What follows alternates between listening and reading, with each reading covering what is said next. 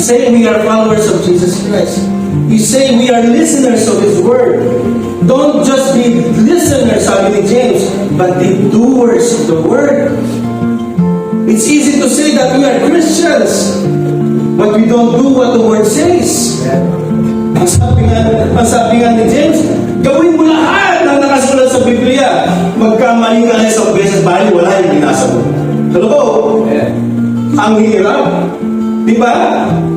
Basahin mo from Genesis to Revelation, pero walang nababago sa'yo, walang kwenta yung pagbasa mo. Because you don't have the intimate relationship with the Holy Spirit.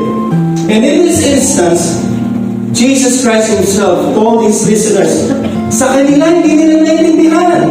Sabi mo nga, praise God. Bakit? It's because you who are here right now are hearing the Word of God.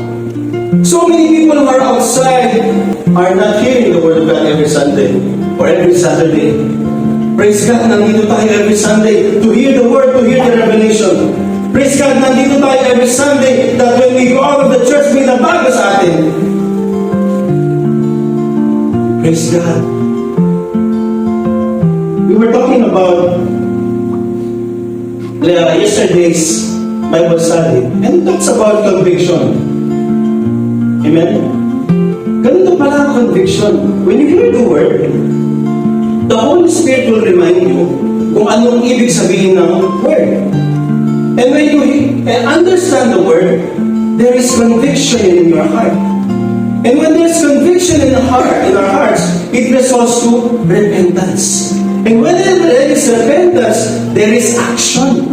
Ibig sabihin mga kapatid, pag binasa natin yung salita, meron something na ginagamit ang Lord na pinabago sa ang Panginoon ng buhay natin. And when there is conviction in our hearts, hindi ka na mapakali. Tama ba? Pag may conviction for you to forgive, hindi ka na makakatulog. Pag may conviction sa iyo na mahalin mo yung taong mahirap mahalin, hindi ka na makakatulog. It means the Holy Spirit is working in you. And when there's conviction, there is repentance. Lord, nagkamali ako. Isa lang gagawin mo. Lord, patawad. Because when there's repentance, there is a change of heart. Be transformed by the renewing of your mind. Mind in your heart. Alam ba niyo ang puso may pag-iisip? Every time you hear the Word, the mind inside your heart tells you not to do it. Ang sinabi ng Bible, thou shalt not commit adultery. But still, you keep on texting. You keep on sending messages na malalaswa to others na hindi naman dapat nilang marinig. But you're still using the internet, looking at the pornographic materials. You're still going out, spreading out chismis. Napakahirap na sinasabi ng Lord. Anong nabago sa atin? To make the listeners thirst for living water. I pray that when we go out tonight or today, sa panambahan ito, let's thirst for living water. I pray while we are hearing the Lord's message today, the Holy Spirit is convicting us of the things that we are doing na hindi nakikita ng iba. And yesterday we were talking about that one. Pero palang mga bagay na ginagawa natin dahil obvious. Nagmumura ka, nagagalit ka, nag-aaway kayo ng asawa mo, minumura mo yung teacher mo, yung amo o yung boss mo, yung manager mo, pag nakataligo siya, sinichismis mo. This is the sin that the Bible is talking about, that are sin. The Bible talks about of a different and a higher level of sin. Ang sabi ng Isaiah, it is your iniquities that makes your God move away from you. Yung palang iniquities, yung pala yung mga bagay na nagkagawa natin na hindi nakikita kahit nino man. You can see me fighting with my wife, arguing with my wife. I can maybe see you or hear you talking about your boss na may mga ginawa siya. These are the sins that people are hearing and looking at.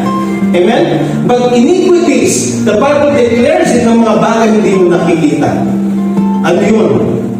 Nag-isip ka ng masama. May damdamin ka na hindi tama. Deep inside your heart, you have this anger between you and the other person. These are the iniquities na hindi nakikita.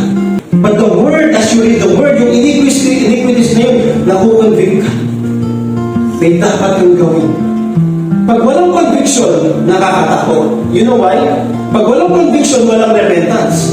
At pag walang repentance, you continue on sinning. And John 3, chapter 3, verse 3 talks about, if anyone be born again, he will see the kingdom of God. But if you are not born again in the Spirit, you will never see the kingdom of God. Tanong mo yung katabi mo, born again ka ba talaga? Napakasakit ng salita ng Diyos, tama ba? Masakit pero masarap. You know why? Kasi kung hindi masakit at hindi masarap, hindi ka magpapatuloy pumunta rito makinig ng salita ng Panginoon. Kung hindi masakit, hindi ka magpapatuloy na magpaayos sa Panginoon. Kung hindi masarap, hindi mo babalik-balikan na marinig yung salita ng Panginoon. Brothers and sisters in Christ, walang ibang hinangad ng Panginoon kundi yung tayo ay mabago inside out, not outside in. Ang unang binabago ng Panginoon sa atin yung ating mga puso. Ang sabi ng verse 16, but blessed are your eyes. Sabi mo, blessed are my eyes. For they see, and your ears, for they hear. For truly I say to you, many prophets and righteous people long to see what you see, and did not see it. And to hear what you hear, but they did not hear. Mapalad tayo, mga kapatid. Marami tayong nakikita na matagal nang gustong makita ni Moses, gustong makita ni Abraham, gustong makita ni Jonah, pero hindi nila nakita. Bakit? It's because of our renewed spirit in God. Pag nabago ang spirito mo, wala kang ibang pwedeng gustong gawin kundi papurihan ng Panginoong Jesus. Pag nabago ang spirito mo, wala kang ibang gustong gawin kundi mahalin ang Diyos. Pag nabago ang spirito mo, wala kang ibang gawin kundi ang gustong gawin kundi mahalin ang kapwa mo. Those are the two and most powerful commandments that God has in His Word.